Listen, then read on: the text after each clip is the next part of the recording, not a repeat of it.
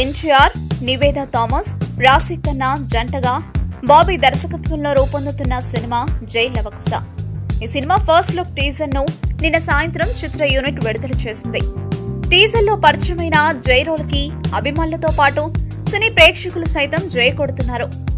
ఎక్కడ చూసినా ఇప్పుడు ఈ టీజర్ గురించి, ఎన్టీఆర్ నటన గురించి గొప్పగా చెప్పుకుంటున్నారు.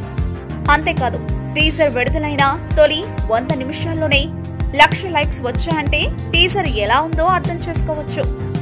యూట్యూబ్ లో 4 లక్షలకు పైగా వ్యూస్, 5 లక్షల డిజిటల్ వ్యూస్ తో రికార్డు సృష్టించిందని చిత్ర యూనిట్ సోషల్ మీడియా ద్వారా వెల్లడించింది. ఈ టీజర్ టాలీవుడ్ లో రికార్డు సృష్టించింది అంటూ పోస్టర్ షేర్ చేసింది.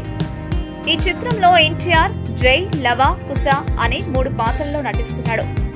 నిన్న జైకు సంబంధించిన టీజర్ రిలీజ్ అయింది. అలాగే మిగతా 2 రోల్స్ కు సంబంధించిన టీజర్లు కూడా రిలీజ్ చేస్తారట.